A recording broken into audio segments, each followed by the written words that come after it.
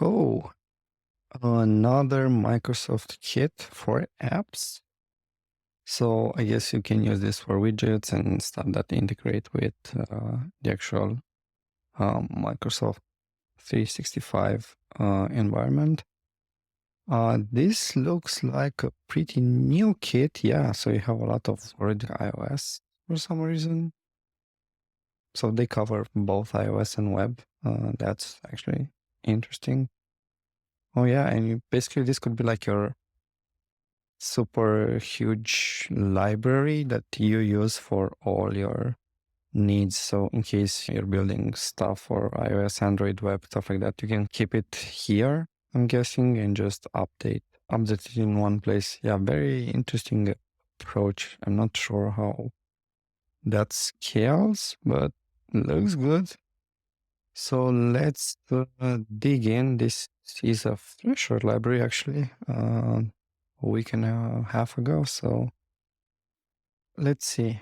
Oh, that's a lot of stuff. I'm sure like all the components and stuff are done well just by the way it's set up, whatever it's new. Usually they use all the Figma latest features.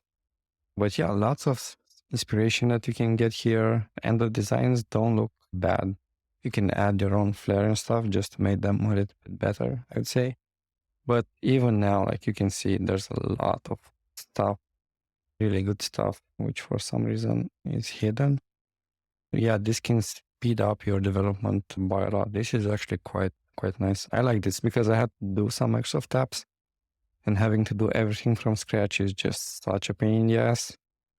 While I don't use all these apps daily, they don't look bad. Like, I think one of the best things that Microsoft did was actually invest in a proper icon set that elevates the overall look and feel so much. Like fonts, not necessarily the biggest fan, but at least they're distinctive. They're not Inter.